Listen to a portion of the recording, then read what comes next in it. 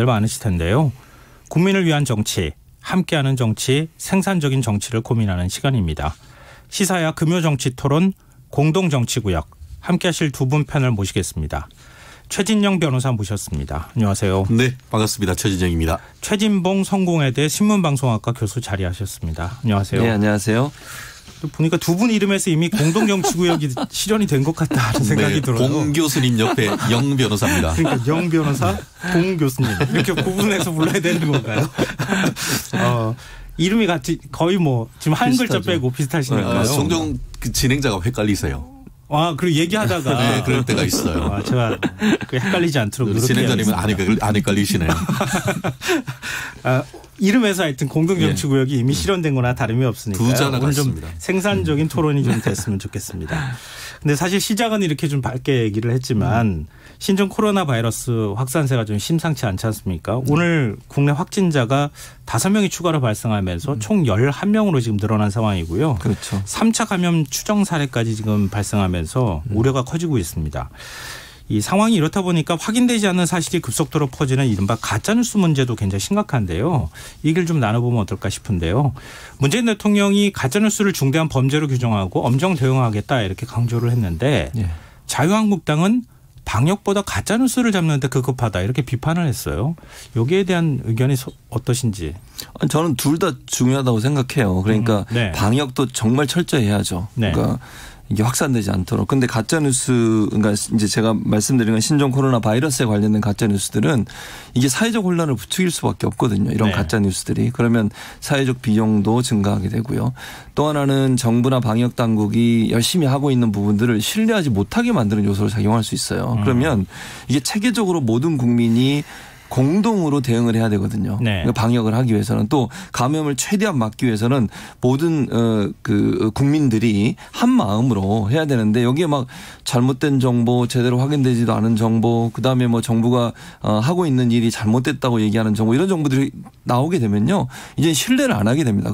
그럼 전체적으로 통제 시스템이나 아니면 방역 시스템 자체가 흔들릴 수 있고 뚫릴 수 있는 문제가 발생할 수 있거든요. 그래서 그런 문제들 때문에라도 이런 가짜뉴스라고 제가 명명하는 것은 명백하게 사실이 아닌 내용을 사실인 것처럼 그러니까 배포하는 거 또는 뭐 지금 우리가 알려주고 있는 것처럼 예컨대 뭐 지금 강남구 같은 경우도 지방자치단체장이 나서가지고 수사를 의뢰했잖아요. 그 지역에 있는 가게들이 문제가 없음에도 불구하고 마치 거기에 환자들이 와서 감염을 시켜가지고 문제가 있는 것처럼 퍼뜨리게 되면 그 가게를 운영하신 분들은 엄청난 피해를 당하는 거 아니겠습니까?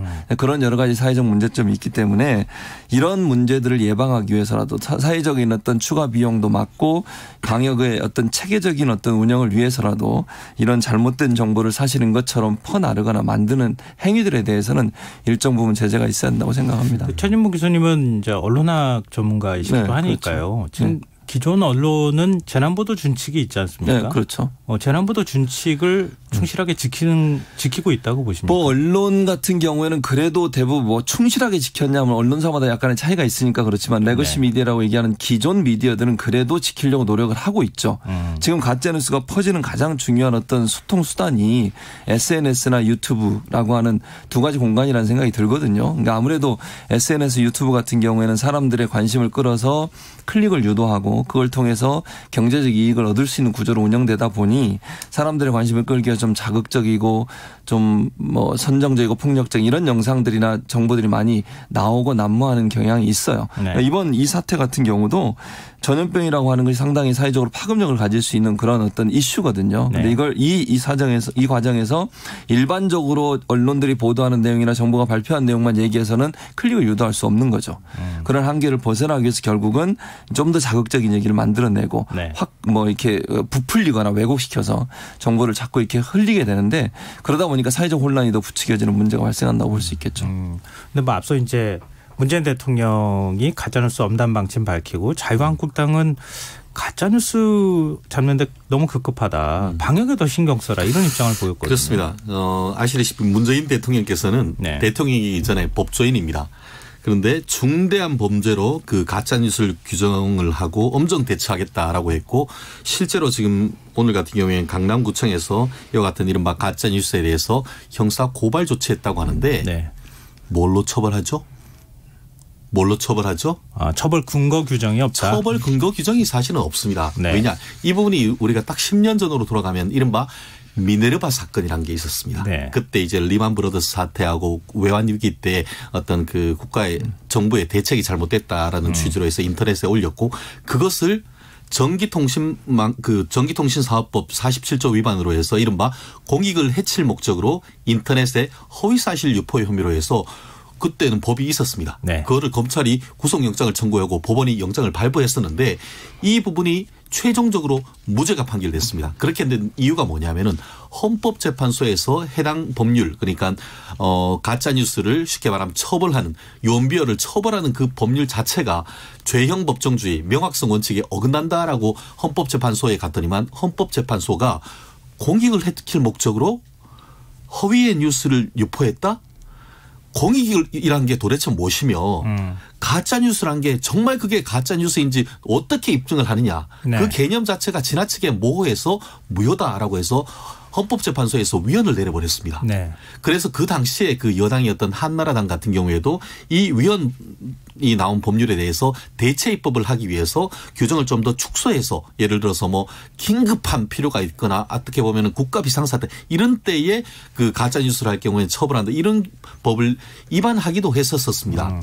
그 반면에 그때 같은 경우에 민주당 같은 경우에는 그것이 무슨 말이냐 국민의 표현의 자유를 침해하지 않느냐 이런 네. 얘기가 있었었는데 딱 10년 지나서 그것과 완전히 뒤집어진 그런 그 여야 간의 역전 현상이 보여지고 있는 것 같은데요. 결론적으로 얘기를 했을 때에 그때의 헌법재판소에서 위헌 결정이 난 이후에 전기통신망사업법상에 이런 유언비어를 처벌하는 규정 자체가 없습니다. 규정 자체가 없는데 어떻게 중대한 범죄이고 이거에 엄정 대응하는 것이죠.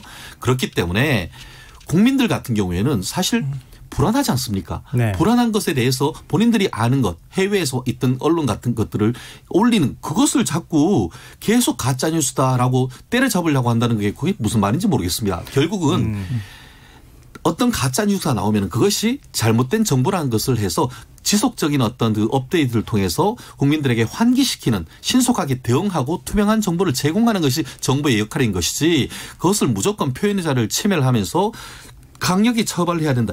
이렇게 하는 것이 맞는 것인지 오히려 WHO 같은 경우에는 이른바 무감염 그 무증상 감염 그 전염에 대해서도 지금 경고하고 있습니다. 실제로 그 사례가 있다고 보고가 되는데 여전히 정부에서는 그런 사례가 입증되지 않았다라고 얘기를 하고 있다고 하면은 경우에 따라서는 지금 정부의 대책, 정부의 발표 자체가 오히려 가짜뉴스다. 그런 비판도 있을 수 있는 현 상황이기 때문에 무조건 이것을 가짜뉴스로 매도하기보다는 신속한 대응 거기에 포커스를 둬야 된다고 저는 봅니다. 일단 가짜뉴스에 대한 개념이 지금 최진영 변호사하고 저하고 다른 건데 네. 최진영 변호사가 말씀하신 예컨대 외국에서 보도한 내용, 외국의 언론사가 보도한 내용을 인용해서 올리고 이걸 가짜뉴스로 얘기하는 게 아니에요. 지금. 네. 지금 논란이 되는 게 뭡니까? 예컨대 뭐 사람이 쓰러지지도 않았는데 그 영상을 가져다가 사람이 쓰러졌다. 이게 네. 무슨 바이러스 이번에 그 신종 코로나 바이러스 때문에 이건 가짜 뉴스잖아요. 뭐 예를 들면은 뭐 그 고향의 네. 한 뭐 쇼핑몰에서 네. 누가 쓰러졌는데 그렇죠. 그건 사실이 아니잖아요. 뭐 이런 건 사실이 네. 아닌 그렇죠. 걸로 그리고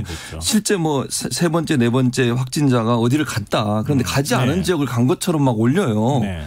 이건 명백한 가짜뉴스잖아요. 그러니까 지금 최진영 변호사가 말씀하신 그런 내용을 가짜뉴스라고 얘기하는 게 아니라 이런 이제 가지 않았는데 갔다고 얘기하면서 그 가게가 이제 피해를 보게 되거든요. 그래서 지금 경찰이 검토하는 건 이런 것 같아요. 지금 말씀한 유언비어 이걸로 처벌하는 게 아니라 업무 방해죄나 네. 또는 뭐 이제 개인의 신상을 공개하는 경우 있잖아요. 뭐 예를 들면 확진자가 아닌데 누군가 이름을 공개하면서 확진자로 얘기를 한다. 이건 명예훼손으로 또 고소할 수 있는 거잖아요.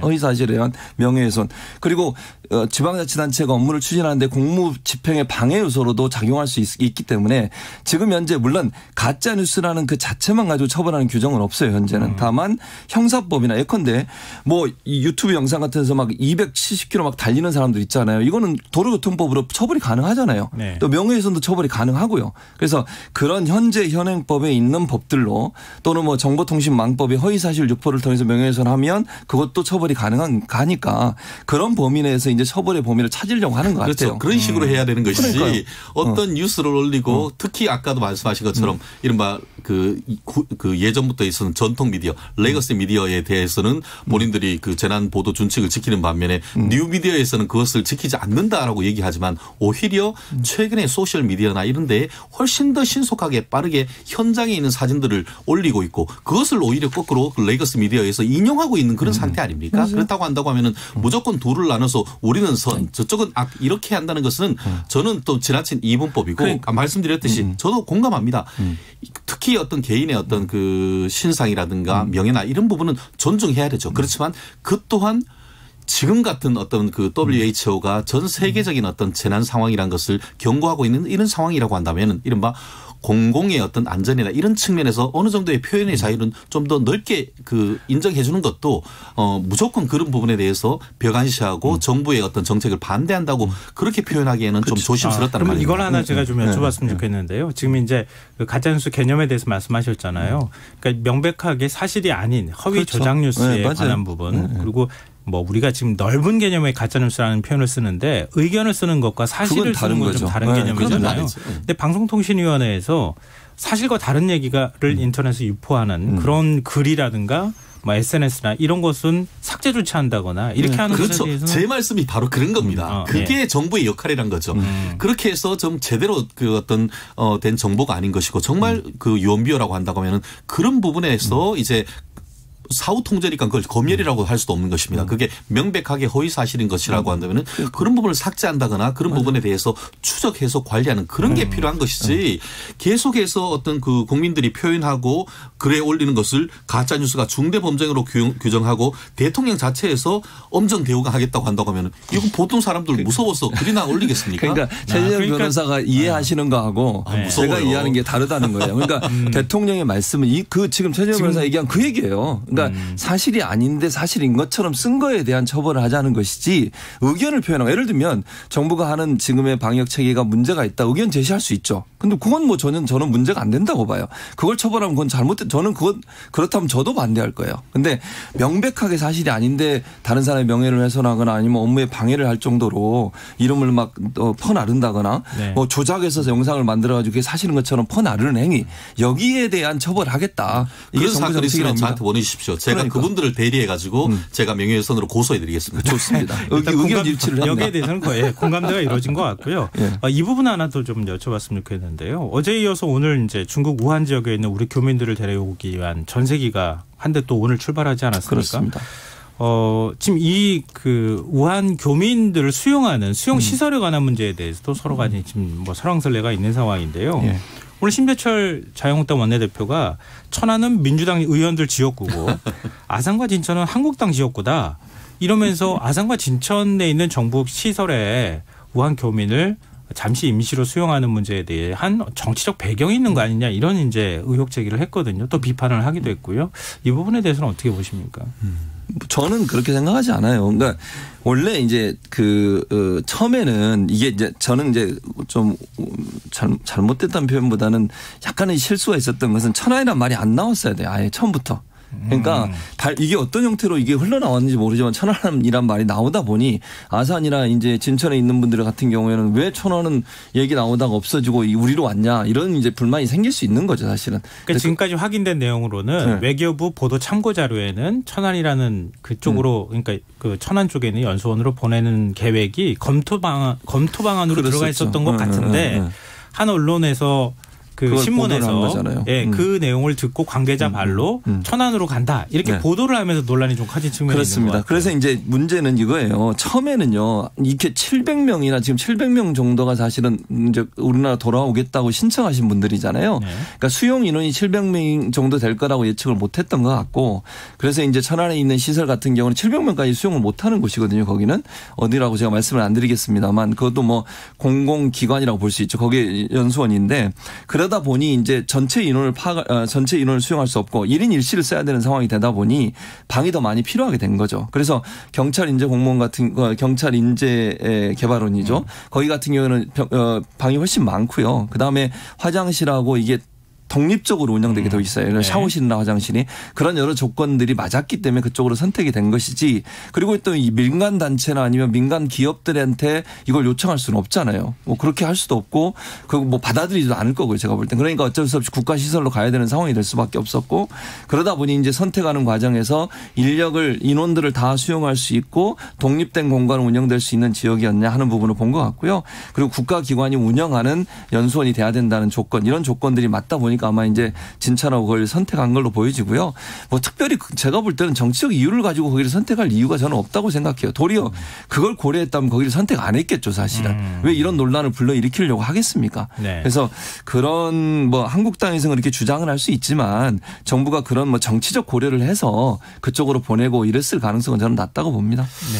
저는 의견이 좀 사뭇 다른데요. 저는 사실 그 지난 12월 달에 천안에 있는 그 우정공무원 연수원에서 한 주 동안 그 정부 심사 때문에 휴대폰도 뺏기고 거기에서 숙식을 한 적이 있습니다.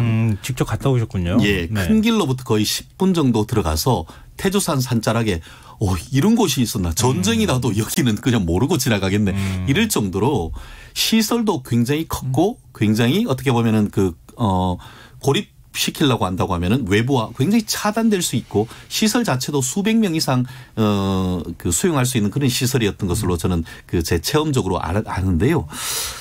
결론적으로 얘기했을 때에 정부는 사실 우왕좌왕하면서 무능했던 반면에 오히려 아산 시민과 진천 군민이 위대했다. 저는 그렇게 평가를 하고 싶습니다. 실제 처음에는 반발했지만 실제로 지금 그 우한에서 그 우리나라의 비행기가 들어왔을 때에 오늘 아침 풍경을 보면은 사실상 환영한다. 오히려 위야 아산이다라는 그런 그 글까지 올리면서 오히려 환영했던 그런 부분이 있었던 것 같은데요.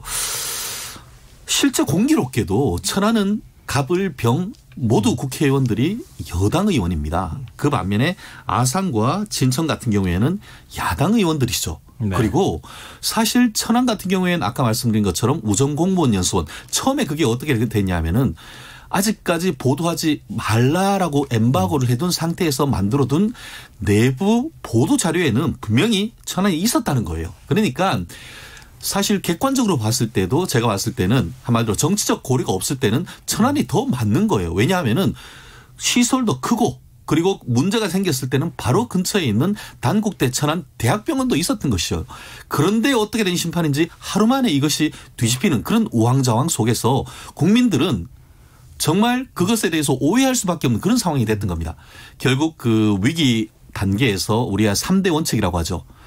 투명한 정보를 신속하게 정확하게 정보 전달을 해야 되는데 그것이 제대로 투명하지도 않고 그 과정이 설명되지도 않고 그런 상황 속에서 많은 국민들이 그런 실체적 진실은 몰라도 그런 의혹을 제기하는 것은 국민이 잘못한 것이 아니고 정부의 잘못이다. 그런 저는 그렇게 평가하고 싶습니다. 이 부분은 좀 사실과 의견 정치적 배경을 좀 구분해야 되지 않을까 싶은데요. 그러니까 지금 이제 우정공무연수원 갔다 오셨다고 말씀하셨는데 거기에서 수용할 수 있는 인원 그리고 지금 이제 아산과 진천에서 수용할 수 있는 인원 그러니까 1인 1실을 써야 되는 상황일 수밖에 없다고 얘기를 하잖아요. 근데 그 시설이 부족하다라고 하는 게 객관적으로 정부가 지금 설명하고 있는 그렇죠. 상황인데 그 부분하고 지금 정치적 배경을 의혹 제기하는 부분하고는 좀 분리를 해야 되지 않을까 싶기는 그렇죠. 해요. 그러니까 우정공무원연수원을 최재정 변호사 저도 갔다 왔어요. 저는 거의 한 2년인가를 제가 교육하러 계속 갔는데 거기 옆에 식당 많아요. 최재형 변호사님.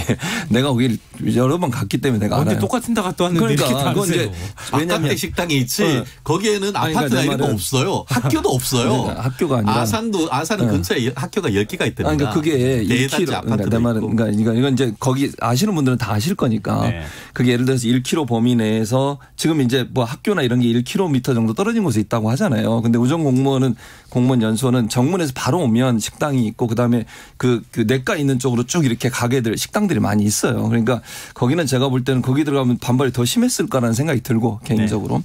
그래서 이제 저는 이렇게 생각해요. 지금 말씀하신 것처럼 정부가 아예 처음부터 이런 부분들을 얘기 안 하고 바로 진천이나 글로 했으면 뭐 저는 이런 오류가 더 없었을 거라고 봐요. 근데 이제 그런 부분은 좀 어쨌든 뭐 엠바고를 걸었든 어쨌든 그런 얘기를 한 것 자체는 저는 문제라고 보고 네. 그래서 그 부분이 좀 약간 실수한 부분이라는 생각이 들고 뭐 정치적으로 예를 들면 최재형 변호사 얘기처럼 것처럼 야당에서는 그렇게 얘기할 수 있죠. 뭐 그런 의도가 있다라고 얘기할 수 있겠지만 그러나 이게 이제 아까 말씀드린 객관적 사실로 보면 정부의 설명이 어느 정도 저는 타당하다고 보거든요. 네. 그리고 어느 지역을 정부는 선택해야 되고 제가 말씀드린 것처럼 선택의 폭이 넓질 않아요. 그러니까 정부가 운영하는 기관이어야 되고 그 기관이 많은 인원을 독립적으로 수용할 수 있는 공간이어야 되는데 그런 조건을 맞추는 것은 그렇게 많지 않기 때문에 불가피하게 두 쪽을 선택한 거 저는 아까 말씀 진천과 아산에 있는 시민들 국민들한테 정말 박수 보내드리고 싶어요. 그분들이 그렇게 마음을 바꾸신 거 정말 잘하신 거라고 생각을 하고요. 네.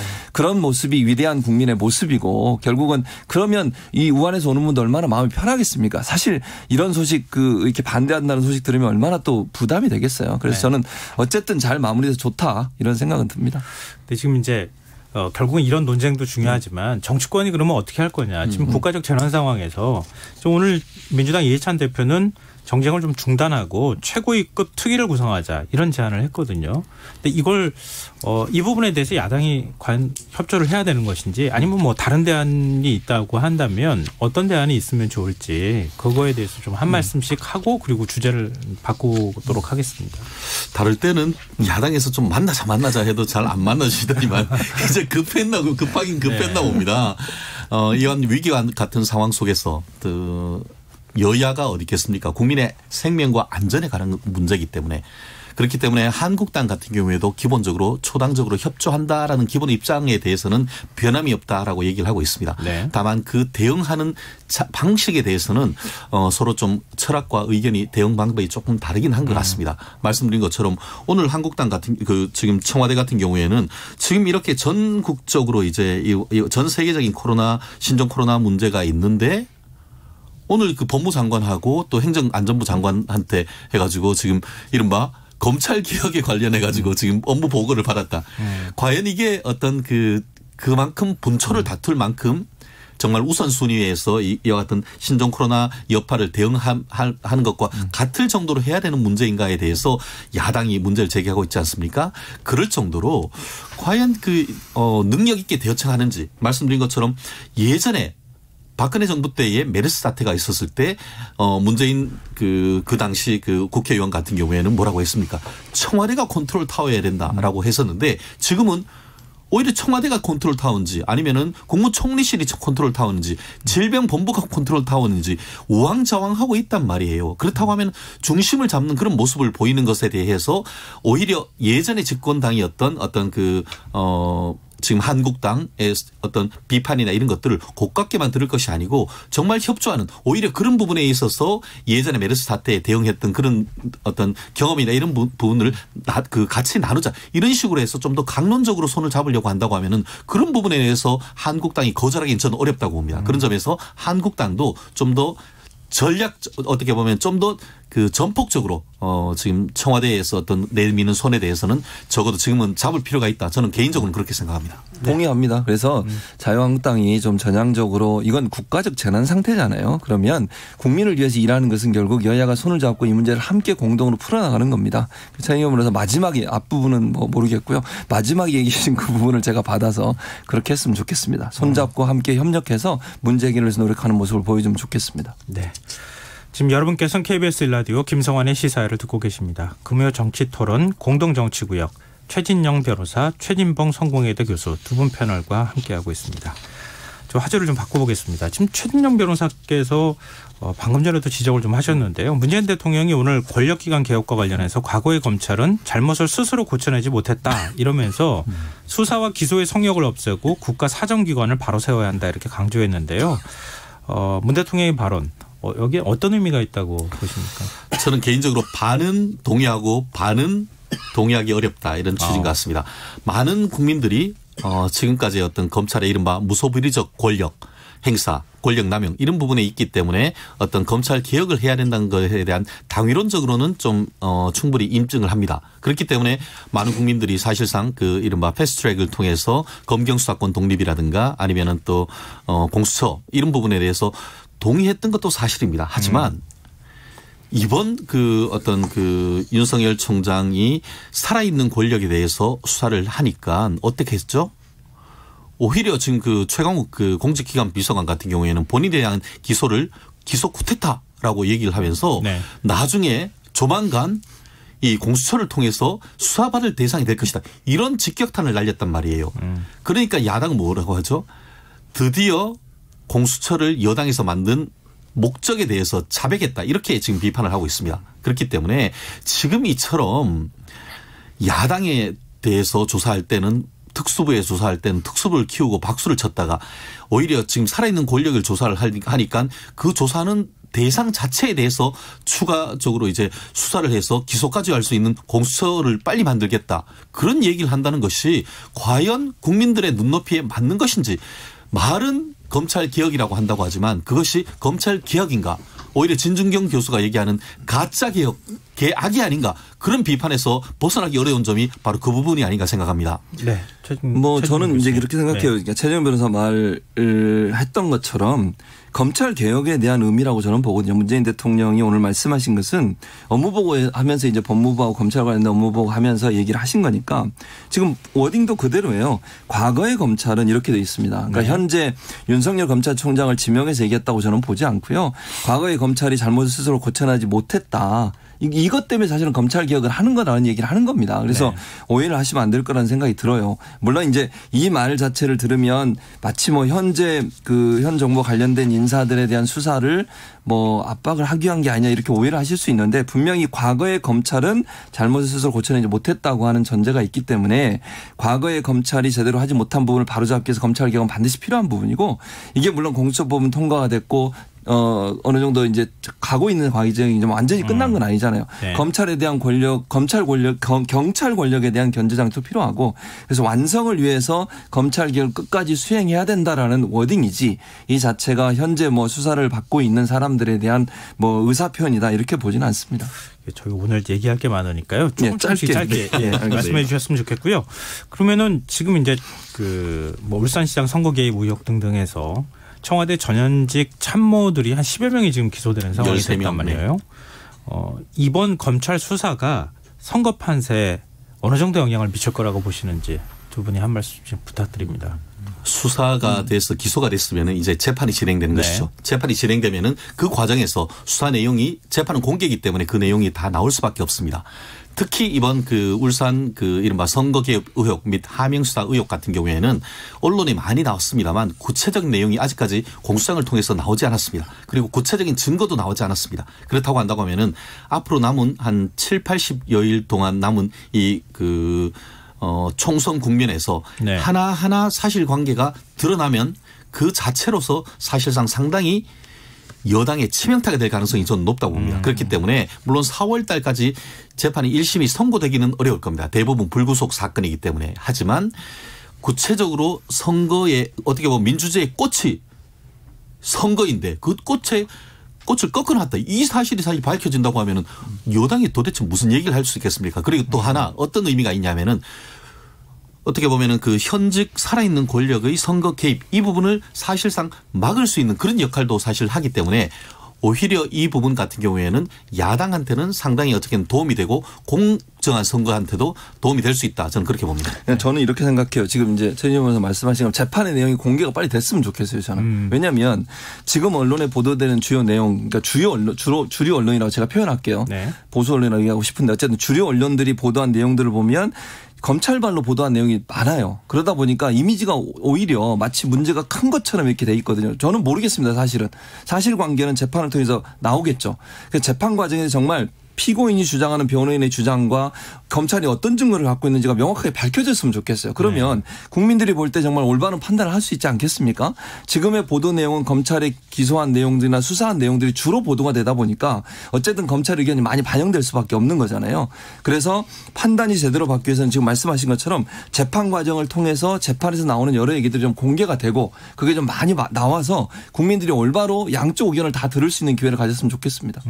지금 선거 왜 어느 정도 영향을 저는 그러니까 그 결과에 따라서 영향을 미칠 거라고 봐요. 그러니까 네. 재판에서 어떤 증거가 나오고 정말 검찰이 기소하고 얘기했던 내용이 재판 과정에서 그대로 드러나는 건지 아니면 피의자의 변호인이 얘기한 내용이 설득력이 있는 것인지 이런 부분들이 충돌이 되다 보면 어느 정도 이제 국민들이 판단할 수 있지 않겠어요. 네. 그런 점에서는 영향을 그 결과에 따라서 다르게 받을 거다 이렇게 생각을 합니다. 근데 윤석열 검찰총장이 차기 대통령 후보군 이름이 올라가는 건 이거 어떻게 해석을 해야 됩니까? 이거 조사하는 언론사가 일부러 윤석열 총장 이름을 올렸기 때문에 그런 거예요? 아니면 어떤 이유가 있는 겁니까? 그러니까 정확히는 모르겠어요. 언론 여론조사 기관마다 차이가 있어요. 그러니까 이름을 안 주고 그냥 쓰라고 하는 경우도 있고요. 이름을 주고서 거기에 응답을 하라고 하는 경우도 있는데 이 경우는 어떤 경우인지 모르겠는데 그냥 저는 개인적으로 이렇게 판단합니다. 사실은 보수 진영에 있는 분들 같은 경우에 황교안 이제 대표를 대권 후보로서 생각하고 지지를 많이 하셨는데 사실 황교안 대표의 지지율이나 이런 부분들이 많은 부분 좀 떨어지고 있고 그다음에 이제 정치력이라고 하는 부분이 사실 약간 좀 미흡한 게 아닌가 하는 그런 여론들이 있어요. 그러다 보니까 마음 둘 곳이 없는 보수들 입장에서는 보수 진영의 분들 입장에서는 윤석열 총장이 현 정부와 각을 세우면서 어쨌든 수사를 진행하고 있고 이러다 보니 본인들의 대안이 될 수 있다라고 하는 기대감이 있지 않겠나 하는 생각이 듭니다. 네. 저는 제가 듣기는 그랬습니다. 지난주 같은 경우에 1%가 나왔습니다. 그거는 주관식이었어요. 누구든 쓸 수 있었는. 그런데 이번 같은 경우에는 말씀하신 것처럼 리스트에 올랐는데 지난주 같은 경우에도 여론 전문가들은 뭐냐면은 객관식으로 하면은 최소 6% 넘는다 했는데 이번에는 어마어마하게 10%가 넘었는 그런 케이스인 것 같은데요. 근데 지금 이 부분에 있어서 마치 보수 측면만 얘기를 하는데 실제 여론 전문가들 같은 경우에는 표심을 잃은 중도층도 굉장히 많이 윤석열 총장을 지지하고 있다. 특히 이번 윤석열 총장에 대한 어떤 핍박 뭐 이런 부분에 대해서 공감하는 중도층이 많이 지지를 한다라고 하고 있는데 여전히 제가 알기로는 대검에서 이름 좀 빼달라 이렇게 얘기를 하고 있는 것으로 알고 있는데 국민의 여론을 어떻게 보면은 현 정부에 대한 비판적 여론으로 해석할 수 있는 여지는 충분히 있어 보이는 것 같습니다. 네. 이번 선거 판세에 또 다른 영향을 미칠 만한 중대 변수로 꼽히는 게 이제 보수 대통합이라고 하는 거 아니겠습니까? 그렇습니다. 근데 지금 혁신통합추진위원회가 오늘 대국민 보고대회를 열었어요.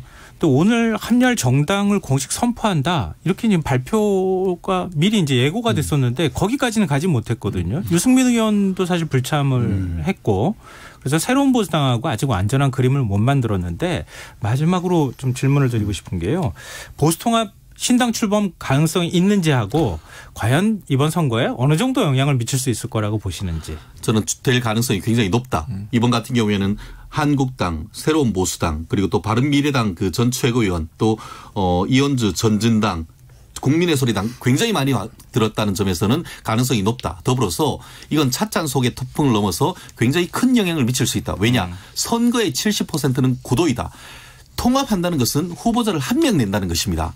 결국 보수가 한 명 낸다고 하면은 그 반면에 진보가 분열될 경우에는 상대적인 어떤 이익을 볼 수 있다는 점에서 선거 구도에 큰 영향을 미칠 수 있기 때문에 그래서 지금 보수당 같은 경우에는 통합만이 살 길이다 이렇게 외치는 이유가 바로 거기 있다고 봅니다.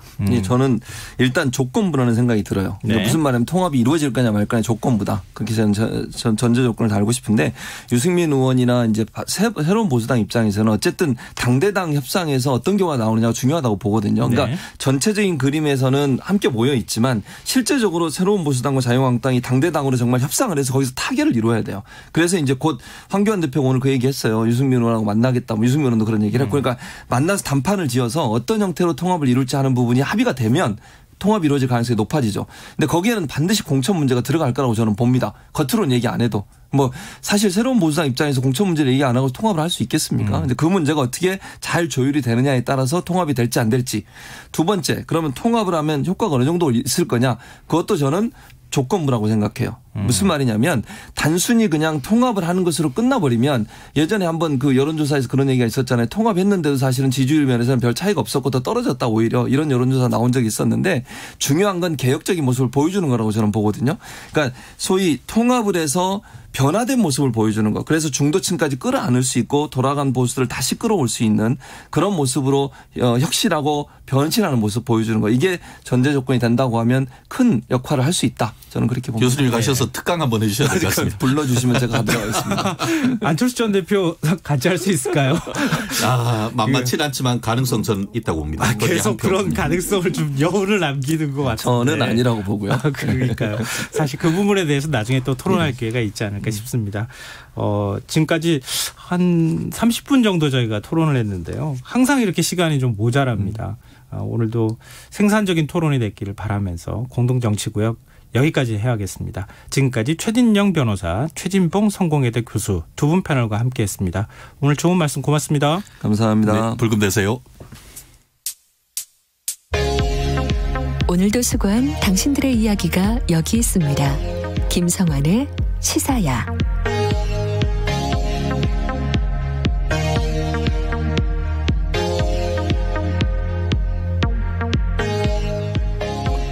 신종 코로나 바이러스 국내 확진자가 오늘만 5명이 추가돼서 총 11명으로 늘었습니다. 7번째와